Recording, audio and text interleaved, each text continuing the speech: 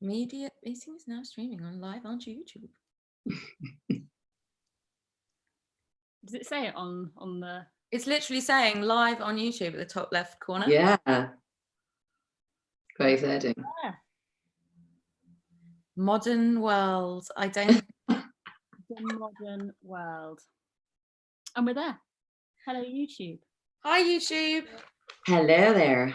We're a few minutes late, but no one cares. We've all been having a good old Easter. We thought we'd take it live. Welcome to Creative Light. Welcome live Creative Light viewers.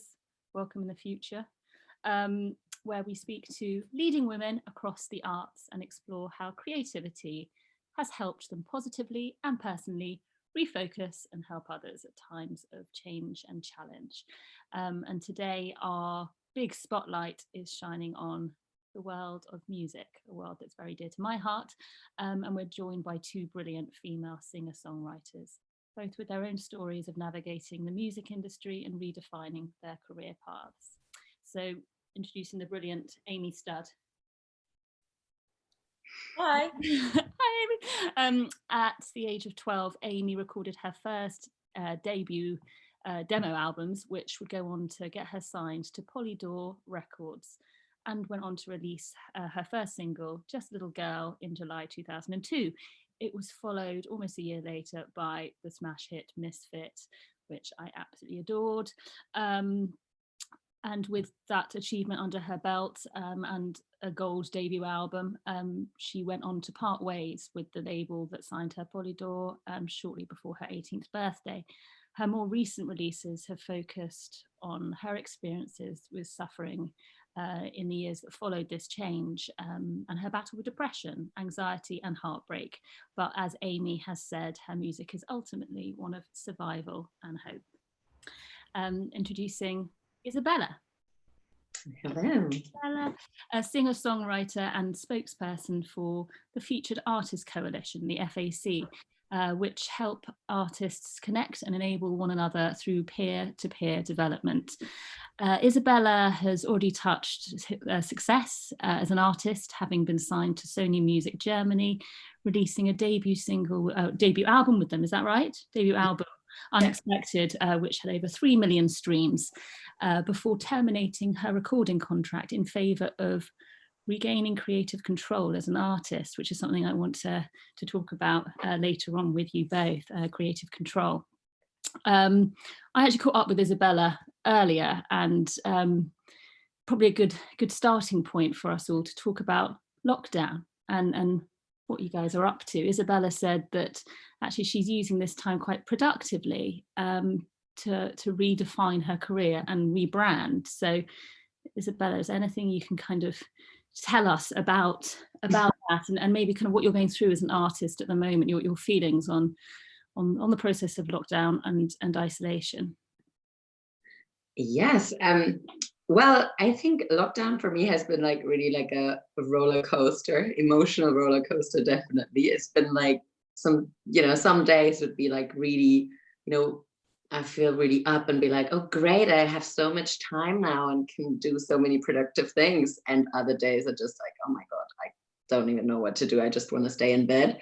I think I've been isolated now for 6 weeks because I actually did get was also ill in the beginning. So then obviously you don't know, is it corona or not? And you have to isolate. So the first 2 weeks were, I think, the hardest because I was actually isolated in my room because I didn't want to get my housemate, ill in any way. So that was, I think, the hardest part. And then the last 4 weeks, I've kind of obviously had to deal with having lost all my self-employed work. So I'm also, full-time musician gigging in London. That's sort of my main thing. I also do, as a side job, also some vocal teaching as well as working with the FAC.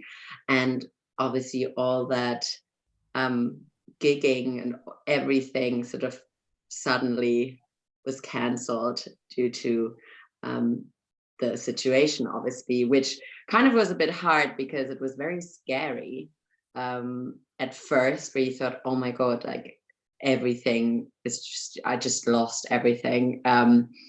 And felt much like quite soon after that, I felt like, okay, actually everyone's in the same boat. Like I was talking to all my musician friends, all creative friends, self-employed people all over. And obviously there was, help out there. And for some reason it feels, because we're all in the same boat, it feels a little bit less scary actually. And I think then sort of once I got over that initial sort of like, oh my God, what am I going to do? Like all my plans have changed. I started to focus on sort of the positive things about what can I influence? Like I can't go out and gig and earn money right now. So I just have to focus on what I can actually influence. And one of the things that I've been working on for the past few years is my rebrand as an artist.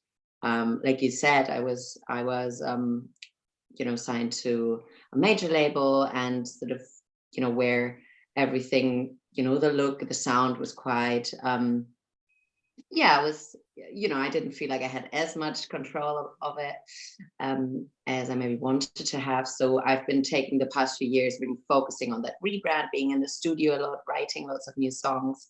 And I've actually planned to release with a new name, with a rebrand, a new music this year. And the music video shoot for my first single had to be put on hold as well, because it was supposed to be end of March. And obviously, everything was planned, and sort of, again, the lockdown situation kind of put the spanner in the works. But yes, as you said, actually, I sort of managed to find the time to really sit down and see, okay, well, let me focus on maybe applying for funding for my project. Maybe let me focus on writing some new songs. Let me focus on really getting that, that website sorted that maybe I didn't have the time to do before, and sort of kind of making a plan with like little step-by-step, actions, and not too much, because I feel like it can also be sort of sometimes felt like overwhelming when you're like, oh, now I just try to do everything. Just kind of getting, like trying to get those little things out the way that maybe I didn't actually have the time to do before, because I was like everyone I feel in London, just running around and, constantly. Yeah, and I think you've hit the nail on the head there. It's sort of after the initial shock, I suppose, of and processing of what is going on in the world. We're having to adjust and acclimatize, like everybody in every industry. But something that a lovely art curator actually I spoke to on the Creative Light conversation last week said, she said, to appreciate the light and the dark, you have to appreciate the light and the dark. You cannot have one without the other. And I thought that was really, she hit the nail on the head there. Because it's true right now, we are living in difficult times. But in order to find the light, in order to find our path, sometimes you have to go through these moments. And I wanted to move on to Amy, because I think it's right to say, you've experienced the dark and you've spoken openly about that. And obviously your fantastic latest album that I was listening to this afternoon, The Happiest Girl in the Universe, is a testament to that, and your journey through darkness to a happier end. Would you mind sort of shedding a bit of light? Yeah, I mean, about the darkness, I'd say me and the darkness are good friends now. So, and yeah, you can't have one without the other. It's I remember someone saying that to me not a while back. Well, lockdown, or what can I say about lockdown? I have days where I literally want to pull my own skin off, because I just can't stand it anymore. And it's the kind of feeling I get when you're stuck on a really long haul flight and you just want to get off the plane. But then I've been trying to, I mean, most of my life has been an attempt at finding balance anyway. I mean, which is slightly humorous because I got diagnosed with bipolar. So obviously that is the two quite extremes. So a bipolar person trying to find balance is quite key and challenging. But then I have other days where I feel a little bit guilty because I sort of am loving the space and time to just write and not be worrying about, like, I've got these bills coming through the door, or I've got, or I don't know, just boring life stuff, and I've just got the space to be creative. So I've been writing more than I've written in years recently, and been trying to take up new hobbies. I've been getting into gardening. Nice. Yeah, a few plants. Garden. I know. Thankful for right now, isn't it? I can't complain because me and my husband moved to Margate. Well, we met in Margate, but we both moved to Margate about 3-4 years ago. Met each other, and well, the rest is history. We're getting married, but we're really lucky here because it's only about 7 doors down, and you're on the beach. So not to make anyone in London feel bad, but that we've been really lucky, because without that, I don't know, I'm not good at cabin fever type things. But so my new record definitely doesn't even touch on it's fully goes in to the dark, and then it's about the process of coming out of that, as well as moving on from and into two great loves of my life. I didn't realize when I was writing that album that it would be a hopeful album. I wasn't writing it for any reason other than I was having the worst 10 years of my life, and it took 10 years to finish it. So but at the end I had kind of moved to a really good place, and I was well again. Obviously the nature of bipolar is that it's not always permanent. Let me just turn my phone off. So and in the end, so essentially these songs I was writing about what was happening, and they ended up documenting the 10-year period. So it kind of it almost reads like a book. It's not really the kind of album you just grab a song and dip in. It's a kind of album lesson. I can completely appreciate that, and it's something I wanted to talk to actually you both about, the changing mentality of the music industry. And I'm kind of jumping ahead here, but I think it's relevant. Because I'm a firm believer on that you should create a body of work still, and you should listen to an album from start to finish. I've been challenged on that a few times because of the current nature of the music industry. Yes. And the need to write songs for Spotify playlists. Actually, I did push back on it, and my latest release is very much, like yours. It is documenting a period of my life. I wouldn't have that any other way, because I think music is for the audience, but it's also for ourselves. If you make it up just for the audience, then it's contrived, and it's not, and it just sounds not genuine, basically. So it's hard to find that balance between when somebody suddenly starts saying to you, oh, your music really helped me with to try to go that's lovely. I'm just going to push that away slightly so that I carry on making genuine things. Otherwise I'll be just making it for you, and we won't like it as much. Yeah, absolutely. I'm going to come back to this in a minute, but because I want to talk a little bit more about the album. I love the song This Time. Oh, really? Is that your favorite one? I loved This Time, and I loved The Happiest Girl in the Universe too. I mean, it does, as you say, it takes you on a journey. It really does. And yeah, none of those songs they're all their own unique piece of work, of art, I would say.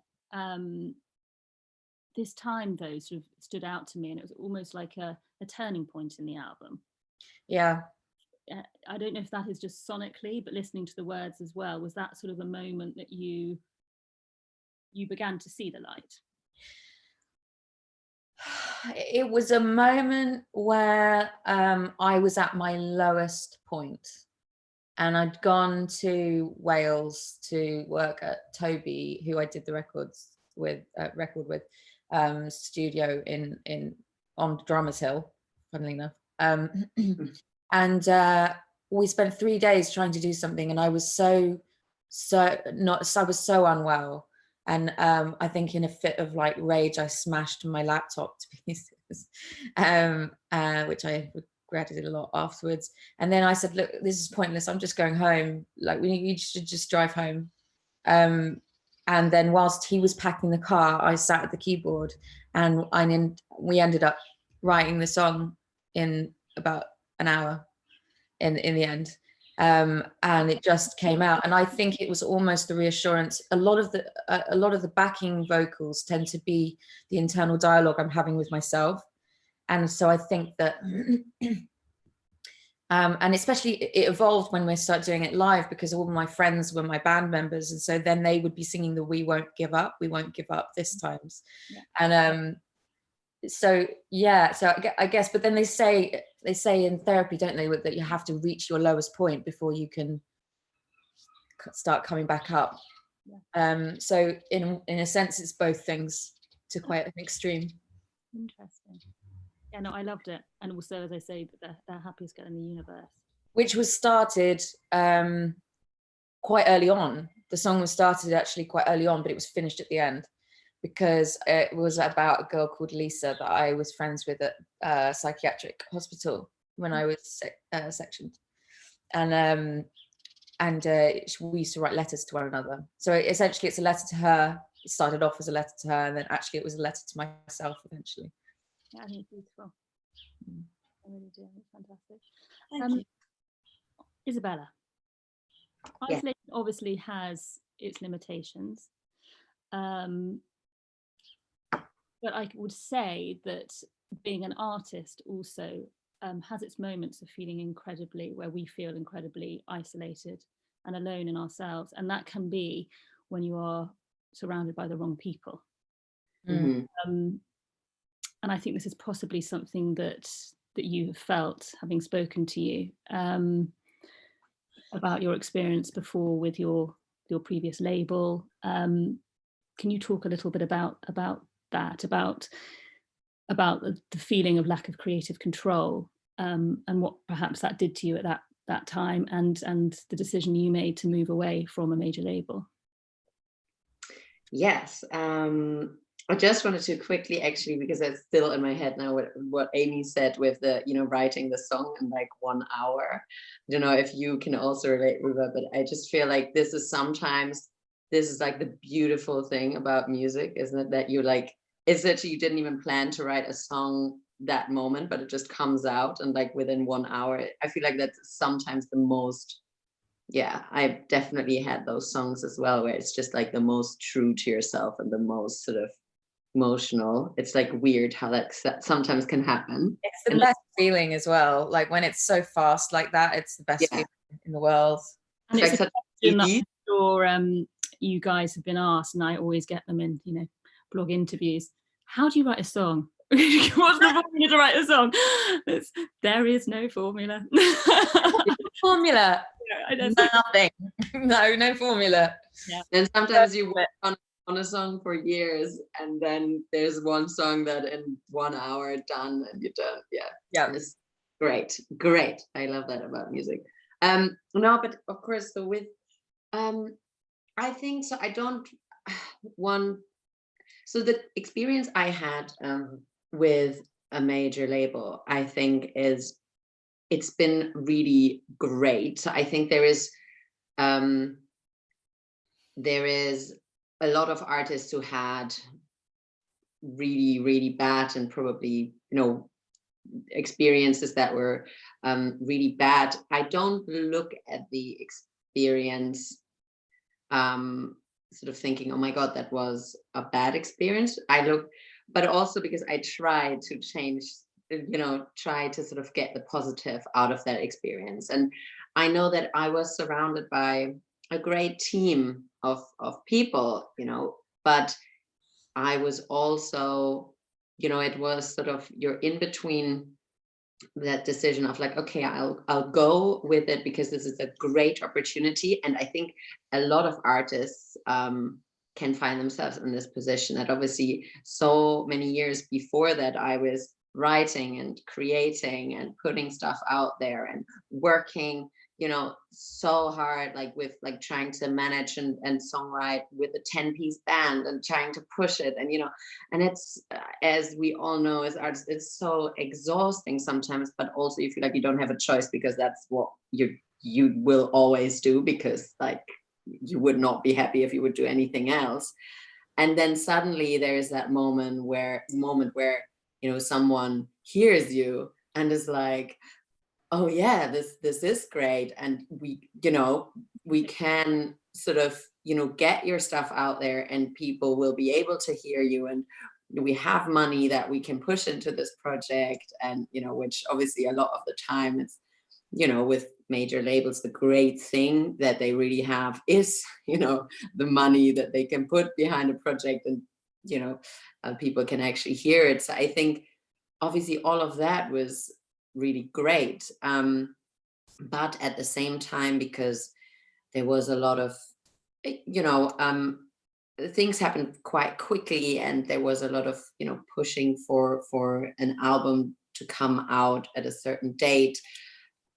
I just, obviously, because it was going quite fast, I just didn't even really have the time to spend and be as creative as I wanted to with it, which meant that I actually, for example, see myself mostly first probably as a songwriter, because of those moments that Amy, and you just mentioned. It's like, this is how I started with music. I would sit on the piano and I'd feel something and I'd be really sad or happy, but the piano would be, I'd go there and write a song and sing, and that's sort of my outlet and my release. That's how I started doing music. So for me, it was always like, I felt like I was a songwriter and then also a singer, because I was performing my own songs. But what happened with the album was that actually I didn't get to write all the songs, which already for me, I have no problem with singing someone else's song if I really, think it's good. But it felt just a bit weird. It's something that I've not really done before. I've done covers before, but I hadn't really released songs in my name that I didn't write. That was a weird thing, because people, like I said, would come to me and say like, oh my God, this song, is my favorite song that you do, and it helped me through this time. And I'd feel really detached in a weird way, because I'd be like, but is it my song? I don't know. Yes, I've performed it, but I feel like, I felt it is sort of weirdly detached from it. And a few songs of the album out, doesn't it, at those moments? Deep down that you're not connecting with this material, but you're being, put on this stage, given these amazing platforms and opportunities. But really, I think what you're touching on is that the development process was kind of neglected. Understanding who you were as an artist and digging deep on that. And there was no real time for me to develop in that period. Although I have to say, looking back at the experience now, I've developed so much from that experience. The whole, the look and the sound, it was all very, very polished, very, very sort of mainstream. Chocolate bar rapper. Which exactly, but which is great, Eurovision. You what? Sorry. You do Eurovision. Who? Yes, I did. I love that. You kept that quiet. Oh, that's amazing. I love watching Eurovision. So good. It was honestly such a great experience. It was, I wouldn't like, this experience really changed me as an artist, as a person. It gave me so much insight into a crazy, amazing world. Obviously one of the biggest shows out there ever. And I think that's why I'm really grateful for that, to have had that experience, because it was crazy. It was like, wow, I didn't even know so many things are going on behind the scenes. And I traveled, the whole of Europe. I went to Israel and Albania and Armenia and all places I didn't see before, Yeah. which was amazing. And you learned some life lessons that you could Yeah. And I take on, and you learned young. Yeah. And the great thing was that obviously then there is the business side to it, where then a major label goes, okay, well, we look at the spreadsheet, and has a song sold very well or not, or what happened. And I think it was at the point where the second single that was supposed to be released with the label, that was the one that I actually wrote myself. So obviously I felt like, great, this is a single that I feel like I can connect with, and if that comes out, I'd be like happy. And I think at that point I saw that the label wasn't putting money behind it anymore, because at that point they were like, well, nah, the numbers, And luckily though, I had,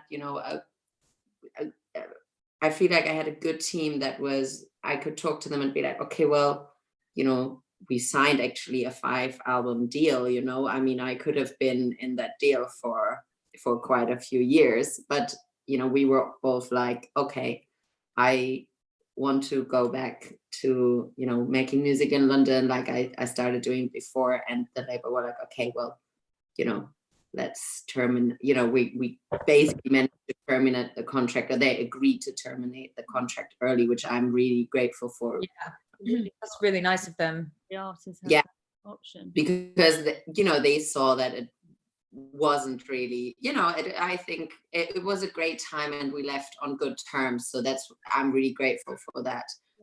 So I don't have that we have other options now, that you can go and be an independent artist and make music.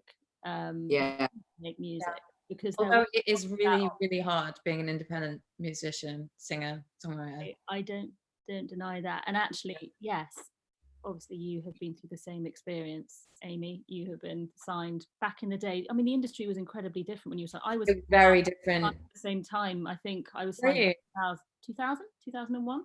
Yeah, so I was from 2002 is when I signed my deal with Polydor Universal. I'd already signed with Simon Fuller the year before that, the 2001. And good at maths, Amy. What? -1. But yeah, I mean, my experience was that it generally started quite good. I think perhaps because Simon Fuller is such an excellent manager.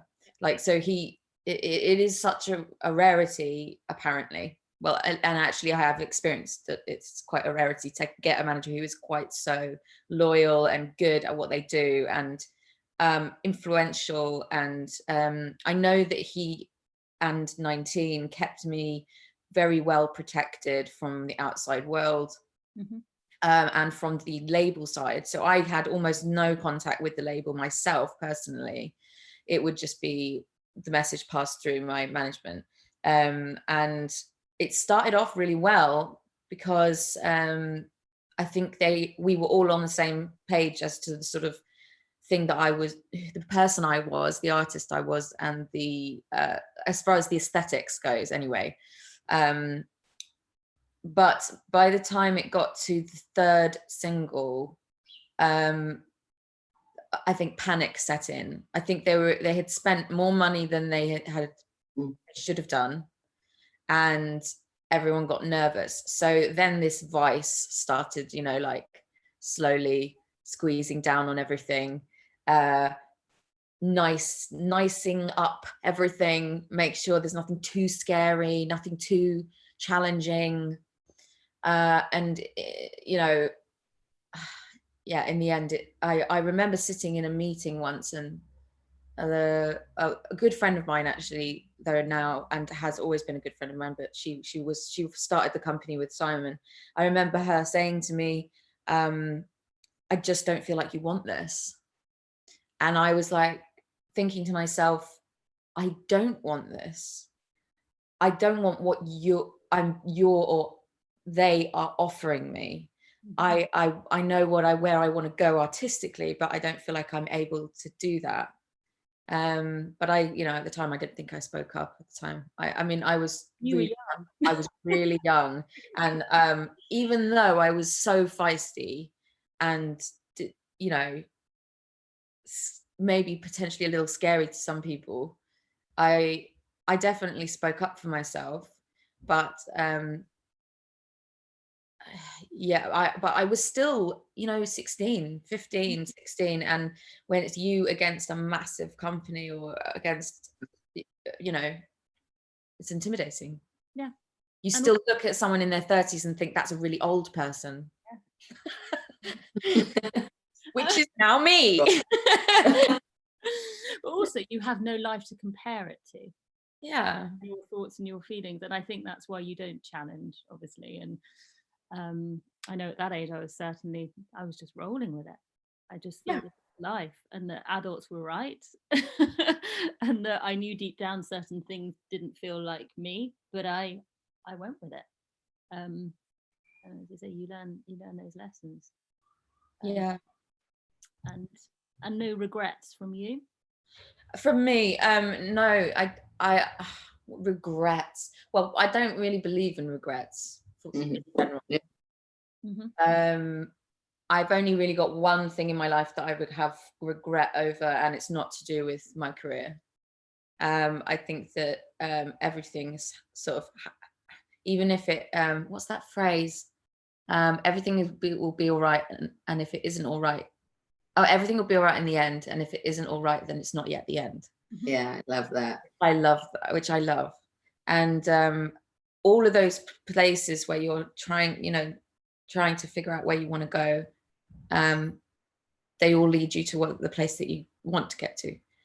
So had that not happened, and I hadn't gone through leaving the contracts and completely going out on my own, and then getting very, very sick, had I not got very, very sick, I remember there was a lot of comparisons between me and Avril Lavigne at the time, with the first album. Obviously, that's just the style that was. I was the good, that was the obvious comparison at the time. And I look at some things of her now, and she's still, in that world, the world that I stepped away from. And she sounds like a totally different person. She's been in that LA bubble for too long. And I just think, okay, I made the right choice, I think. So no, I don't have any regrets. Maybe I could have fought a little bit harder towards the end of the first record. But no. No, I have no regrets. No. Regrets, yeah. I don't know the word. Some music here. You are? The audience is going to want to hear the live music, and I have positioned this. Yay! Play. Oh my god! Nice. By the end of lockdown, I will be able to play the ukulele. Moving on to community and the power of community, and maybe this is a point, Isabella, we can talk about the FAC and work that they're doing in supporting artists. Yes, what's happening at the moment with the FAC, and maybe explain a little bit more about what the FAC does to people who don't. Yeah. So, well, the FAC is the UK trade body representing the artists, the voice of the artists, which sort of we basically do three sort of main things, which is, one is sort of all lobbying and policy work and advocacy, so that actually artists have a voice also in the bigger discussions around the big tables, with where mostly in like 10 years ago when the FAC was founded, it was mainly sort of labels representing the artist's interest, and obviously they're slightly different at times. So it's really for to have a voice for the artists. And we also do that community work. So kind of organizing events where artists, support each other, where we get a few more well-known artists to talk about the artist community and the members, about their experiences, some educational support. And then we also do research. So researching everything in which way, we can help artists, what artists need. And especially obviously during this time, I mean, before it was Brexit, and it was all about sort of touring and how is that gonna work after Brexit. Now, obviously it's changed quite a lot. There is no live scene left. Exactly. Now it's like the live scene is gone. What are we doing? But then you look at countries like France, and they're so supportive of their music people. Oh, Sorry, no, you were saying something very important there, and she came over. She said, "I need to tell you something." Conversation. I was just saying how France is so supportive of its musicians, and like I've got one friend from France who, yes, Juno, all right, who he's just moved back to France after the Brexit thing because he's a French nationality, so he can go back, and basically that through this coronavirus he's getting 80% of his earnings, and which a lot of my other session player friends in the UK are like, they have zero money, they can't do anything. But yeah, I was just sorry, just to interject very slightly, just that about France being so set up. I don't know how that relates to what the FAC do up in the UK. Yeah, I mean, exactly that. Obviously, we're looking. So we're obviously sort of like the collective voice. So we also did together with the MMF, or the Music Managers Forum, so the trade body for music managers, we also did a survey, looking at sort of, how have artists lost their work, or musicians. And I mean, it was really that shocking number of, I think was 90% of work was lost, and also completely in the live sector. And I think it kind of also showed a little bit that maybe the structure of the music industry in general needs to be a little bit, obviously we need to rethink it, which is obviously needed to happen before that as well. But I feel like now this sort of COVID crisis shows that even more. And we have on the website as well, like a directory actually with all the help that's available for musicians and artists in the UK.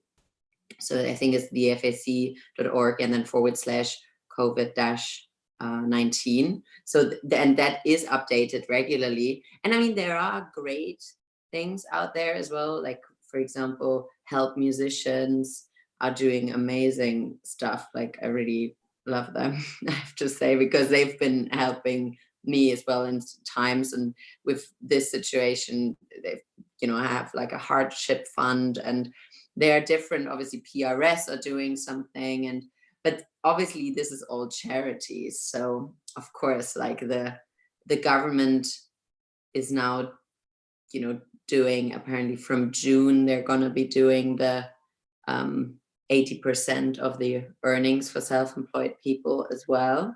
But obviously, no, we don't really know how that's gonna look yet. Yeah. But I mean, what the FAC basically does is just sort of trying to do the work, trying to do work for the artist as much as we can during this time. So obviously we had to adjust as well, and doing some, usually, for example, we're doing open artist sessions, live events that people can come to. So we changed that to doing it online, on Zoom as well. So doing things like this, which, again, is sort of, obviously you'd have to change the plan, but it's also opportunity to connect with the community and sort of the online world a little bit more, and offering sort of help, and just sort of reaching out and showing, having a presence and being there for the community, and just saying, if you need any help, if you have any questions, get in touch. We do sort of, like we had one of our advocate artists, Emma McGann, she did a great sort of Instagram takeover on, how to work your live streaming and sort of just support on that. And then she offered sort of one-to-one sessions as well to the members, you know, who now suddenly everyone, even maybe if you didn't want to do it before, you have to get into live streaming more. Obviously. So yeah, it's kind of just offering that sort of sense of community. And you've got a fantastic board of female artists. As well, yeah, we've got quite a few females in there. So obviously also males, but we have Imogen Heap in there, Sandy Shaw. Yeah, I mean, just a few, Roxanne de Bastion, who's one of the younger, really great board members as well. Like, really on it, wasn't she? Lily Allen was something to do with it years and years ago, or at the very beginning. Yeah, I don't want to say anything wrong, but I think there were a few different artists connected. We actually have also new artists coming on as ambassadors, but it's like a kind of can't say names yet, but there's also some more very, very exciting female artists on there, which one of them. Amy, where have you found support over the years? I haven't. Okay, that's interesting. I mean, well, recently I have. I think it's probably the first time where I've needed to go, okay, so the MU has helped me with I think 200 quid helping each musician, and the whole household is signing on to Universal Credit because we have to have something coming in. I haven't really, I spent most of my 20s, most of that decade in a sort of wilderness. And I didn't really have any support during that time. So I wish I had a better, have we lost it? We're off. Oh. Were you so disgusted with my response? You're like, no, I had a call coming in, you know, call popping off. I'm like, okay, back. Yeah, so I haven't, sorry, boo-hoo. Not me. It's an interesting point, and I think to emphasize the power of the FAC and you know, platforms like that for artists. But it is though really true, and I actually did feel like Amy as well, and I did actually not know about the FAC before I started, you know, and I've been an artist and musician myself, and I didn't know there was this support there. And I think that's kind of one of the problems, and what we're really trying to work on at the moment is just that, to get out there, you know, and show artists, okay, there is support out there, and there is organizations like the FAC that, you know, can sort of help or direct you in you know, in the right place, and they are there as a voice to represent a diversity of artists. I think that's sort of the thing that is really important, just to get sort of a bit more visibility. And because it is difficult as an artist, like, where do you know, if you Google, if you really don't know, you know, where to go, I think it's important that there are things out there, and there are organizations out there that can help. And for artists out there who have an idea, who have made music but don't know where to go, perhaps want some advice on funding, what would you advise on behalf of the FAC? So that you're aware of that could be helpful advice. I mean, I definitely say, obviously, we, you know, if we would get this question, I'd even now with the directory, obviously that's hardship funding especially, but obviously we have lots of partner organizations, but places like, you know, like help musicians, like the Arts Council, like PRS, PPL, all these places, I mean, the PRS Foundation, you know, they have like offering different funding as well. For example, they also do a women make music fund, which is specifically for women, but also sort of a different artists at different levels of their career. But I think especially help musicians can be good for artists who are maybe a little bit sort of earlier in the earlier stages, and just sort of, even if you struggle a little bit with just, paying rent because you're doing all these gigs or songwriting sessions that you're not being paid for, which a lot of the time it is like that. And if you don't have a record deal or a publishing deal, chances are you have to have some sort of part-time job, but you don't want it to take over your whole life, so that you can still focus on music. Even for those kind of things, if you really feel like I'm in a position where I'm struggling to pay my rent, or I have to just eat pasta every day because I can't afford anything else, Help Musicians is a great place to go and actually, be sort of honest about your situation. And I definitely recommend sort of not being scared, I think, to reach out to people in general. And if there is anything, definitely reaching out to the FAC, because we have all the contacts to all different organizations that we could say, okay, maybe, or if you need some, support, emotional support, there's a great organization also, Music Minds Matter, that, and again, connecting with Help Musicians as well, but they are sort of there to give some free sort of, support if you're feeling mentally a bit, low or struggling. So we're definitely trying sort of to put, out there that, if you need any help, just reach out. I think a lot of people feel like, sometimes uncomfortable to ask for help. I think that's also a big thing. Because you feel like, well, I decided to make music and I want to do music, and so it's sort of my thing of I have to figure out how to deal with it. I don't know if you felt that as well, but I always kind of sometimes felt that, like, you have to prove that you can make it work, because otherwise you should just get like a normal job, and that opinion isn't necessarily something that comes directly from the artist. It's something that is sort of perpetuated by like the general public. Exactly, yeah. I had that discussion with a guy fixing my car because I'd broken down, and he said, "What do you do for a living?" And I said, "Oh, I'm a songwriter, I'm a singer."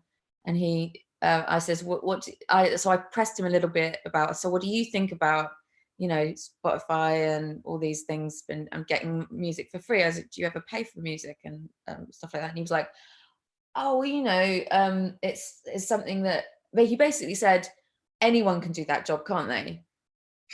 And I was like, really? Where is he? Where is he?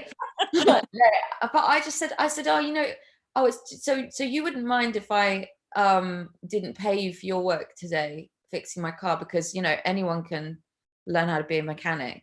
I've read a few books on how to be a mechanic, so I've decided I'm a mechanic. I don't know, it's, yeah, but there is this sort of a very sad reality at the moment, that music is almost like a God-given right to the people, that they don't need to pay for it. And actually, I think also it's a naivety as to the amount of money and time and work that goes into an album before it's even at the point of being released, and then everything else that comes in you have to pay for. Those things are all getting paychecks. The only thing that doesn't get paychecks is the writer and the singer, unless you're lucky enough to get a sync in a movie, or get some amazing support gig with someone hugely famous. Those things don't just fall out of nowhere. And they don't. There's millions of us all trying to produce our art, and so I think that yeah, I think there is really like a missing understanding sometimes as well from people, exactly what you say, because I feel like, for example, some of my friends who are not at all, working in the music industry, and I would sort of sometimes explain to them, what if I say, "Oh, I'm working on music," some of them have just no idea what that actually means. Yeah. And then when I kind of explain to them, "Oh yeah, I've done this and that," and they're like, "Oh my God, that's like actually, that's like a lot of work. I didn't realize. I thought, you just Yeah. sing, have fun, and like then Yeah, just that's what perform. people think. They really believe that it's just sing, have fun. It's a hobby that like, it's like I struggled with for a very long time. Actually, I love my friends dearly, but a lot of them don't understand at all quite what all this involves, and hence why this started, really, because I felt alone.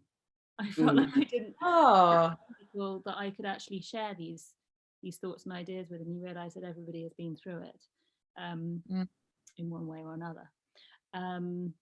Amy, because we're going to have to wrap up soon and go and enjoy our evening, but this went fast. Any words? It has gone fast. It's been so any words for artists out there, perhaps struggling with mental health issues, that you can offer? Oh God. Any words that I can offer? Do you mean things that'll just that's just so vague. I can't. It'll be all right. I mean, perhaps somebody who has been through a similar journey to you, perhaps signed to a label, can't find funding, anything that has helped you through at the times that you've really needed it. I mean, the writing itself has been the thing that has kept me going. So I would the only advice I can give is, the statement that I said earlier, that if it'll be all right in the end, and if it isn't all right, it isn't the end. And just that, keep focusing on the music, because I remember actually when I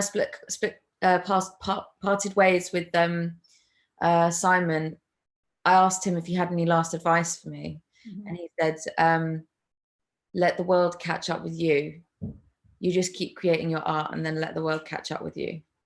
That's nice. And I guess I'm sorry, I feel a little bit useless, but yeah.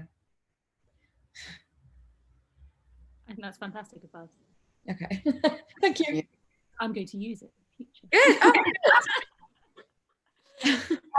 And quickly, what's next from you both? Isabella. Oh, Amy, take a breath. Go. I'm writing my 4th record right now, and recording it. So we've recorded 2 tracks so far for the 4th record, and I can't believe how quickly it's come around. I mean, I only released the last record in October last year, and I basically during lockdown have just realized I've got something like 26 almost finished songs, and I don't know how that happened. But it's been lovely to go back through the archives and go, oh yeah, this one's great, and working with my husband. So I'm going to be doing lots of co-writing with other artists for other artists' projects. I'm going to be doing writing for Syncs, and for TV and film, and finishing and putting out under my own steam the 4th record. That's great. Looking forward to hearing it. Yeah, me too.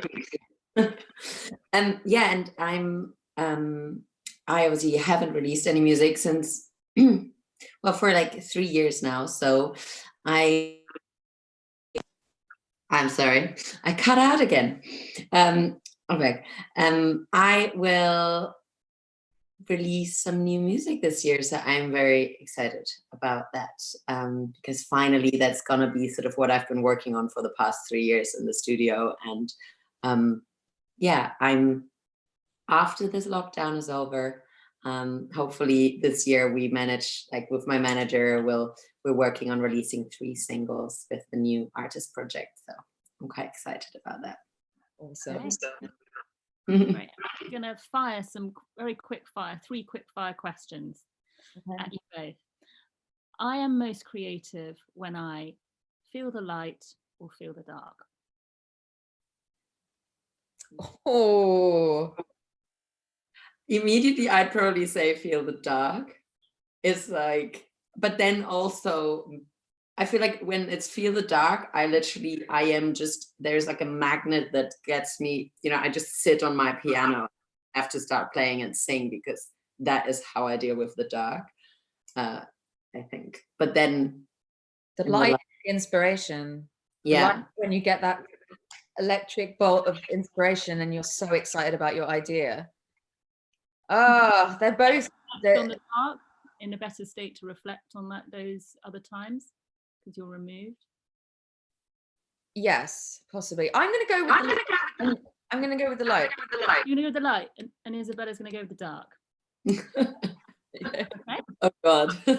If I were not an artist, I would be An actress. an actress. Yeah. An actress. I can see that. Thanks, very female roles. I think I would work in an international organization on international development or something, like the UN or something. Okay. Amazing. I haven't had that one yet. I did study international. No, I did study human geography at some point, which was based on development. So I feel like that, yeah. But I just can't imagine it right now. But Right, and lastly, I stay creative for who or what? My sanity. Your sanity. Yeah. And I just said exactly the same thing at the same Really? time. That's brilliant. So good. Yeah. Guys, it's been so brilliant talking to you. It's been lovely.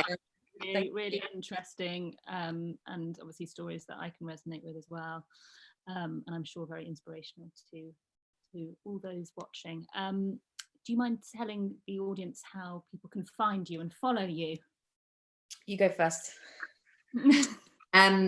You can find me and follow me on social media anywhere at Levina Music. So it's Levina Music, which will probably very soon change names, but at the moment the channel is there. So yeah, just I want to know what you're going to be called. Well, it's a big reveal. Do it. You won't regret changing your name. Yeah, no, I'm looking forward to a big rebrand. So it's gonna come out. Yeah. And Amy. Mine's a little bit more complicated. So on Facebook, you can get me at Amy Studt Official Music. Studt spelt Studt. And on Instagram, I'm Amy Studt Official.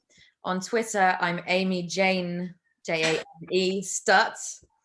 And I'm on Songkick and places like that for just Amy Studt. But I mean, you can Google Amy Studt Instagram and it should come up as the right one. Yeah. Super. So thanks, guys, and thank you for watching, and look forward to seeing you for our next episode. Stay tuned at www.thiswomansheart.co.uk and on our Instagram platform, that's at thiswomansheart_. Awesome. Have a great night, guys. See ya. See you. Bye.